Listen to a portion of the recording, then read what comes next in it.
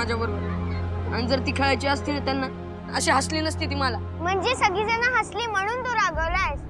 अरे दादा, नवीन मुलगा आल्यावर बाई त्याची अशीच गंमत करतात. तू सगळ्यात मोठा दिसतोस ना, म्हणून तुझी थोडीशी गंमत केलेली. नाही, मला नाही आवडत अशी गंमत केलेली कोणी माझी. काय झालं? धडा आवडला म्हणालास ना? मग आता उत्तर का देता येत नाहीये? त्या वर्गाच्या बाहेर जा आणि कान पकड. नाही बाई, नको ना, मला वर्गाच्या बाहेर काढू नका. मला हा धडा लय आवडलाय, मला हा धडा पूर्ण ऐकायचाय बाई. मला वर्गाच्या बाहेर काढू नका. ठीक आहे, मग भिंतीजवळ कान पकडून उभा राहा आणि ऐक. अरे पण मुक्ताला कळायला नको का? आता शाळा सुटून किती वेळ झाला, हिने वेळेवर यायचं नाही का घरी? ही काय पहिल्यांदा गेली आहे शाळेत?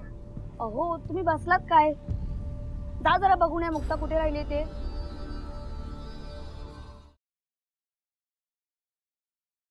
सुरेखा, ती काठी घेऊन ये. माही, अहो पण तुम्ही काठी. तू गप्पा बस. माई, पण हा मुलगा कोण आहे आणि त्याचा या घराशी काय संबंध आहे? रस्त्यावरचा पोर दिनकर घेऊन आला, त्याचे चांगले पांग फेडतोय. आता खाली पडला असता, काही झालं असतं तर लोक काय म्हणाले असते? तुम्हीच काहीतरी केलं. आण काठी ती इकडे.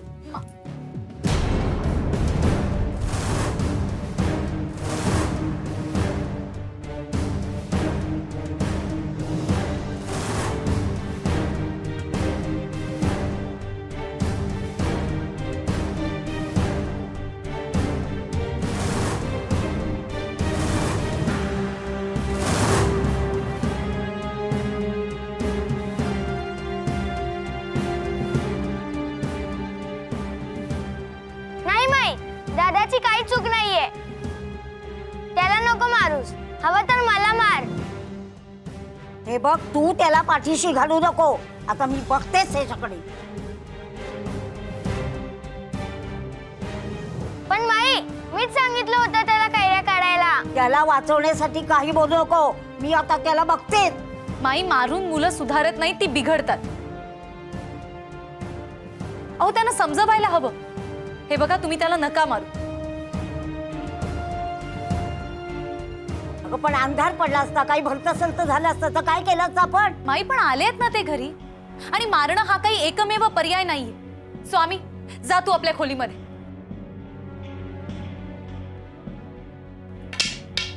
आई, खरंच या दादाची काही चूक नाहीये. मीच सांगितलेलं त्याला कैऱ्या काढायला. हो बाळा, ठीक आहे, तूही जा आपल्या खोलीत. हो आई. असं किती दिवस पाठीशी घालणार आहेस त्याला? जोपर्यंत तो चुकीचा वागतोय हे मला नाही वाटत तोपर्यंत.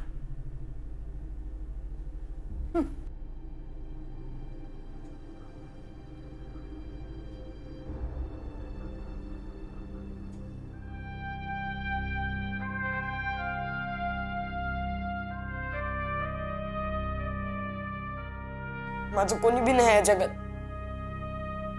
दिगंबर आजोबा, तुम्ही खोटं बोललात माझ्याशी.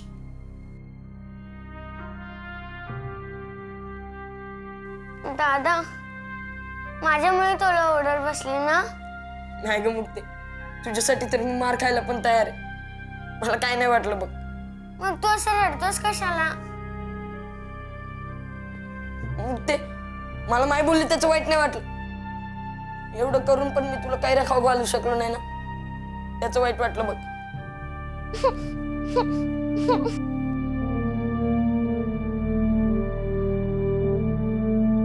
ए मुक्ते, का रडतेस? काय झालं सांग ना. ए मुक्ते, आता तू रडलीस ना, मग मी बी रडणार बघ. सांग ना मुक्ते, काय झालं? दादा, माईने तुला ओरडलं तरी तू माझा विचार करतेस ना? मुक्ते, दिगंबर आजोबा आहेत ना, नाही म्हणजे आपले बाबाच आहेत ते म्हणतात नेहमी दुसऱ्यांचा विचार करायचा. दादा, खरंच तूच माझा खरा भाऊ आहेस. मी माईशी नाही बोलणार, खूप वाईट आहे ती. नाही मुक्ते, असं नाही करायचं. आपल्यापेक्षा मोठे आहे ना माई, मग बोलू दे त्यांना. मोठ्या माणसांना उलट उत्तर द्यायचं नसतं. आणि आपलं पण चुकलंच की आपण लगेच घरी यायला पाहिजे होतं. माझ्यामुळे झालं सगळं. मीच तुला सांगितलेलं कैऱ्या काढायला. नाही ग मुक्ते, त्या मुलांनी तुझा फायदा घेऊन सगळं केलं. मुक्ते, आज माझा शाळेचा पहिला दिवस होता आणि पहिल्याच दिवशी मी आजीला दुखवलं. हे मी बरं नाही केलं बघ. दादा नको ना वाईट वाटून घेऊ. आई तरी नाही बोलली ना काय तुला? आई होती म्हणूनच वाचलो मी, नाहीतर लय मार खावा लागला असता मला. या आधी मी हॉटेलात काम करायचो ना, हॉटेल मालक मारायचं मला कवा कवा, पण त्याचं एवढं वाईट नव्हतं वाटत जेवढं आता वाटतं. मग आता काहीतरी चांगलं करूया. सांग काय करू तुझ्यासाठी मी? त्याच्यापेक्षा मीच करू का तुझ्यासाठी काय? आता तू आणखी काय करणार आहेस माझ्यासाठी? डोळे बंद कर बघ आणि हात पुढं कर. सांग ना दादा काय आहे? मोठ्या माणसांचं ऐकायचं असतं ना. मी मोठा आहे ना तुझ्यापेक्षा, मी दादा आहे ना तुझा. मग डोळे बंद कर बघ आणि हात पुढं कर.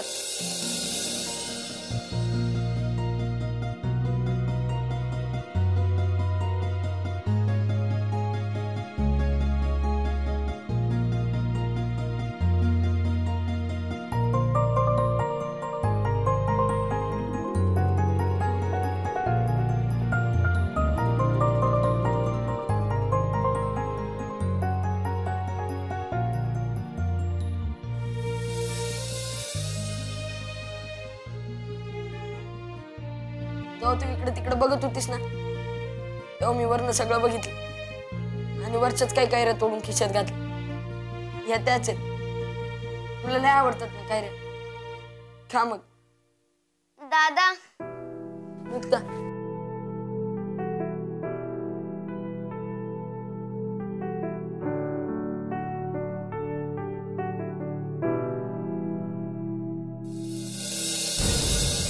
माई मला अजूनही कळलेलं नाहीये हा मुलगा कोण आहे आणि तो या घरात काय करतोय.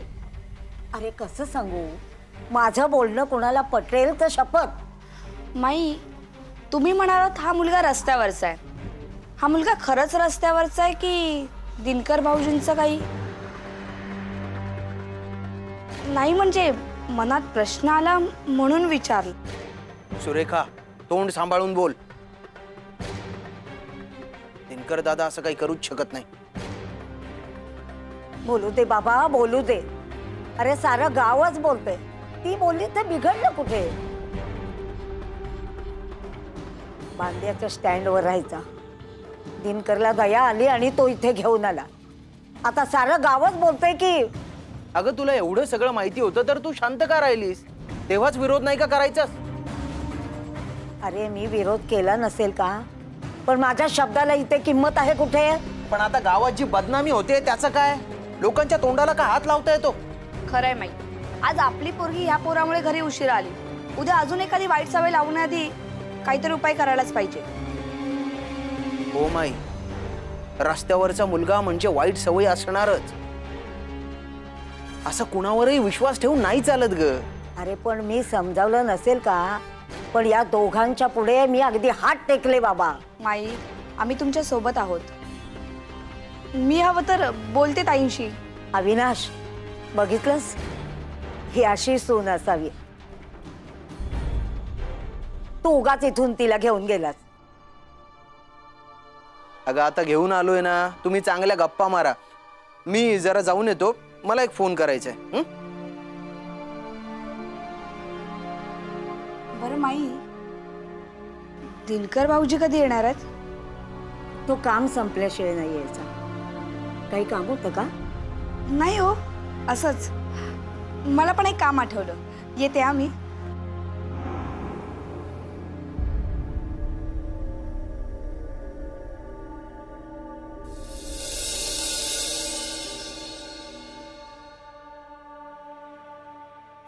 काय हो, तुम्ही माईंशी मनमोकळेपणाने बोलत का नाही?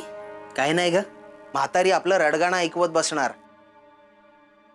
आणि आपल्याला ते जबरदस्तीने ऐकावं लागणार. नाहीतर काय, म्हणे हिला घेऊन का गेलास? जेव्हा होतो तेव्हा रोज भांडण काढायच्या, एकही दिवस सुना जात नव्हता. आणि आता काय, दयेचा पाजरच फुटलाय.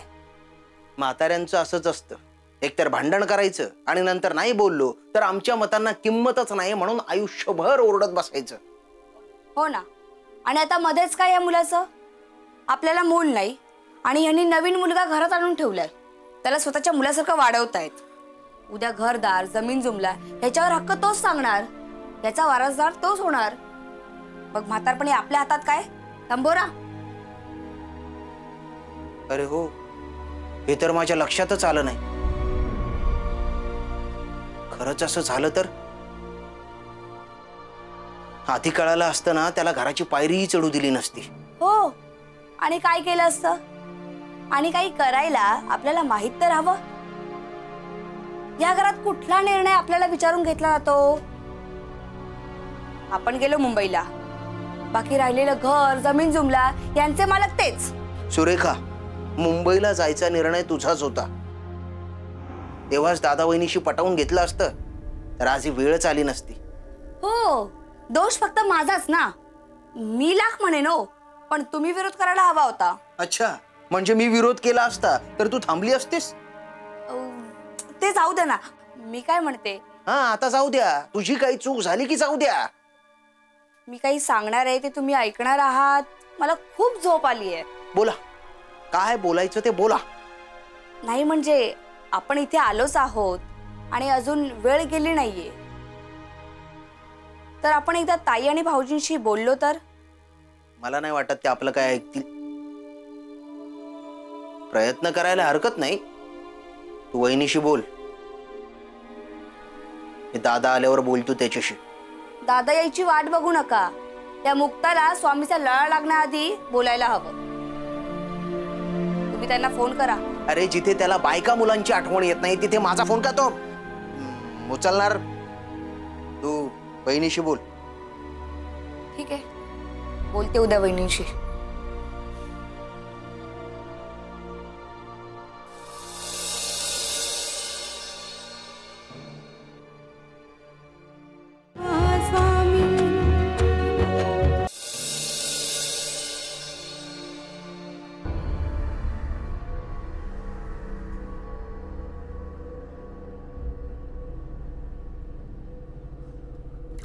अगं अगं अगं अगं अगं,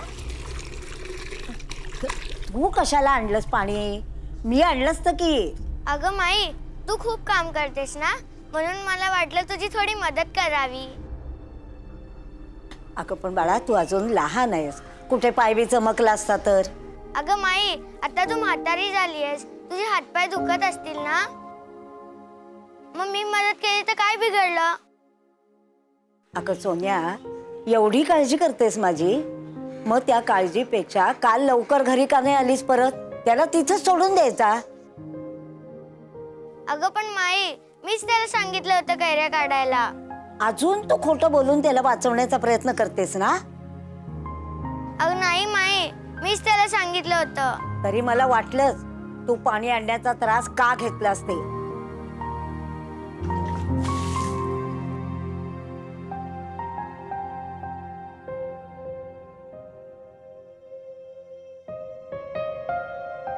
आई, तू सांग ना माईला की मीच सांगितलेलं दादाला झाडावर चढायला, तरी सुद्धा मला कैरी नाही भेटली.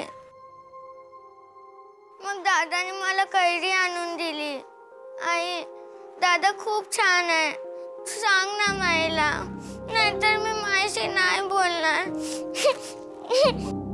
हो बाळा, मी सांगते माईला, पण तू रडू नकोस. बरं, रडू नकोस. असं नाही करायचं.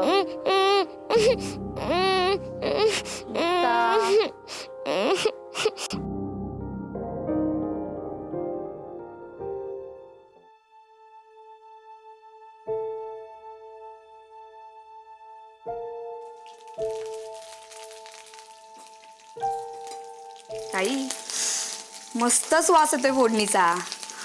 आणि रात्रीचं जेवणही उत्तम झालं होतं. आता तुम्ही सुगरण आहात म्हणल्यावर प्रश्नच येत नाही. तुला काही हवंय का? नाही, सहज म्हटलं तुमच्याकडनं जेवण बनवायला शिकावं. म्हणजे आमचे अविनाशराव खुश होतील ना. नाही ग, इतकंही काही चांगलं नाही बनवत मी. हा, पण तुला जर का पाहायचंच असेल तर घे, मी सांगते तसं कर. नाही नाही, नको नको, मी इथेच उभी राहून बघते आणि शिकते. ठीक आहे, जशी तुझी मर्जी. ताई, मी काय म्हणत होते, आपल्या घरात तो मुलगा राहतो ना, स्वामी,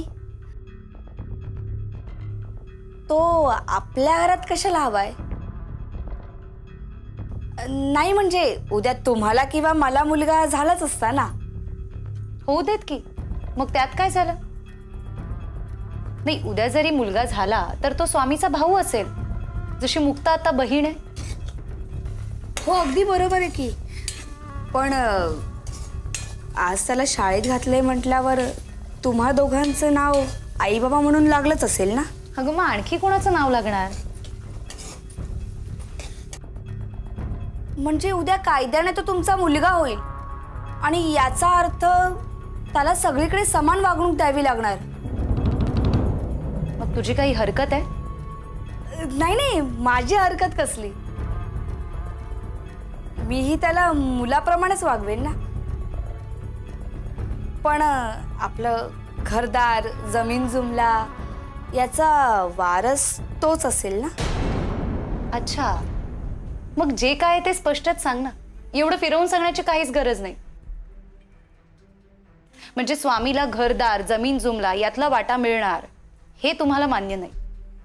हो, तर आता स्पष्टच सांगते, मला ते अजिबात मान्य नाही आणि मी ते मान्य करणारही नाही, हेच सांगायला मी इथे आले होते. तर मग ऐक, जमीन जुमला आणि घरदार यापैकी कुठलाही आम्हाला वाटा नको. खरं तर आम्हाला या सगळ्याची कधीच हाव नव्हती आणि नसणार. हे सगळं तुम्हाला राहू दे. आम्हाला पैशांपेक्षा नाती महत्वाची आहेत. पण हे कधी तुम्हाला कळलंच नाही, हे आमचंच दुर्भाग्य. मला तुमचं बोलणं कळतंय, पण जगण्यासाठी पैसा महत्वाचा असतो. नुसत्या नात्यांवर आणि प्रेमावर जगता येत नाही, इतका व्यवहार तर मला नक्कीच कळतो. हा,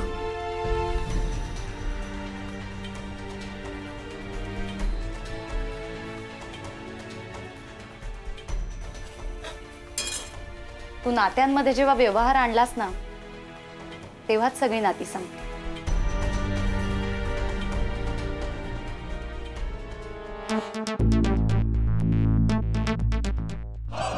मालक, काय हे तुम्ही सांगितलेला पारदी. तो पारदी असे ना तर कोणी का असे ना, माझं काम 100% करणार ना. अहो मालक, तुमचं काम 100% होणार. अरे तू तुझं तोंड कशाला उचकटतोयस? त्याला बोलते की तू का त्याची वकिली करतोयस? काय रे? मालक मालक, त्याला आपली भाषा कळत नाही, तो बाहेरच्या राज्याचा आहे. तुझं डोकं ठिकाणावर आहे ना? म्हणजे मी काय बोलतोय ते त्याला कळणार नाही, तू काय बोलतोय ते मला कळणार नाही. माझं काम कसं व्हायचं? अहो मालक, हीच तर खरी गंमत आहे. हा, हे बघा, हे याला आपली भाषा येत नसल्यामुळं याला जर समजा कुणी पकडलं, पोलिसांच्या हातात लागला, तर पोलिसांना तरी कुठे त्याची भाषा कळते? आपण काय नामानिराळी. तुझं डोकं जरा आजकाल जास्तच चालायला लागलंय. बरं, ते कामाचं बोला. काम आज आत्ता करायचंय. हा, लगेच होणार. हे बघ, याच्या व्यवहाराचं ठरलंय ना? होय. याला एक गाडी दे, त्या गाडीची नंबर प्लेट बदल, कळलं ना? मालक, याला 20,000 रुपये द्या पटापट. अरे 20 काय 30,000 रुपये देईन, पण त्या दिनकरची पोरगी जिवंत राहता कामा नये. काळजी करू नका म्हणलं ना मालक मी तुम्हाला. त्या पोरीची सगळी माहिती मी याला दिली. बरं, आता त्या पोरीची शाळा सुटायची वेळ झाली, चला द्या फटाफट पैसे द्या.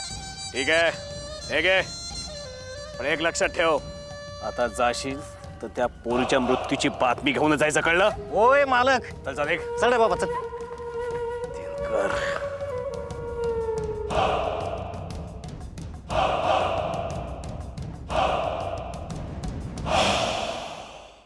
माई, आम्हाला पटलं, आम्ही ऐकलं सुद्धा. आता त्या मुलाला बाहेर काढायला आम्ही तुझी मदत करू. आता आपल्याला कोणी अडवणं शक्य नाही. दिनकर घरी यायच्या आत तो जिथून आला ना तिथे त्याला परत पाठव. इतरांचं दुःख नाही बघवत त्याला. त्या बाबतीत अगदी बाबांवर गेलाय. सांगितलं मला त्याने सगळं. आई म्हटलं होतं ना खूप छान आहे दादा.